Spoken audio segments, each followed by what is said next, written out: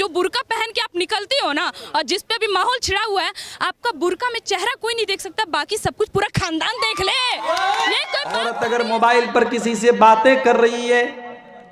औरत के दरवाजे पर घर के मकान के ऊपर कोई मेहमान आया है और औरत को उस मेहमान से कोई बातें करना है या मोबाइल पर किसी गैर मर्द से कोई बातें करना है, इस्लाम तो वो दीन है जिसने औरत को उस मोबाइल के ऊपर बात करने का तरीका भी कुरान के अंदर सिखाया है। अल्लाह ने फरमाया कि ऐ ईमान वाली औरतों, जब तुम्हारे दरवाजे पर कोई गैर मर्द आ जाए, या आज के दौर के हिसाब से मैं कह सकता हूं कि ऐ मुसलमान औरतों, जब तुम्हारे मोबाइल पर किसी गैर की कॉल आ जाए, किसी नए नंबर से कॉल आ जाए, किसी अजनबी आदमी की कॉल आ जाए, तो तुम कैसे बात करोगी? कुरान कहता है फला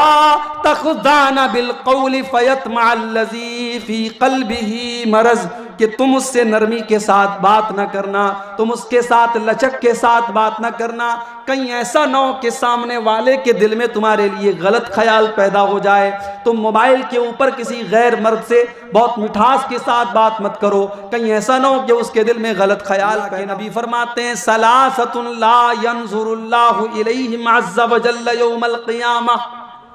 क़यामत के दिन 3 लोग ऐसे होंगे जिनकी तरफ अल्लाह ताला देखेगा भी नहीं, न तो उनसे बात करेगा, न उनको गुनाहों से पाक व साफ करेगा, न उनको अल्लाह ताला उनकी तरफ रहमत की नजर से देखेगा।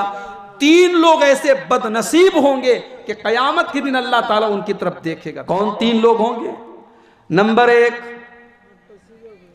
अल आक़ु लिवालिदैहि,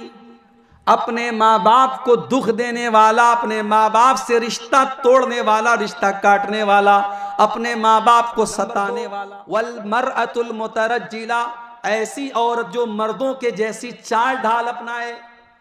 टी शर्ट और पैंट पहन करके चले, टॉप और स्कर्ट पहन करके चले, मर्दों के जैसा कपड़ा पहन करके चले, मर्दों के जैसा छोटा छोटा बाल रखे, मर्दों की तरह बात करे, मर्दों की नकल करने वाली और मर्दों की चाल ढाल अपनाने वाली औरत। और तीसरा आदमी अद्दयूस, बेगैरत मर्द,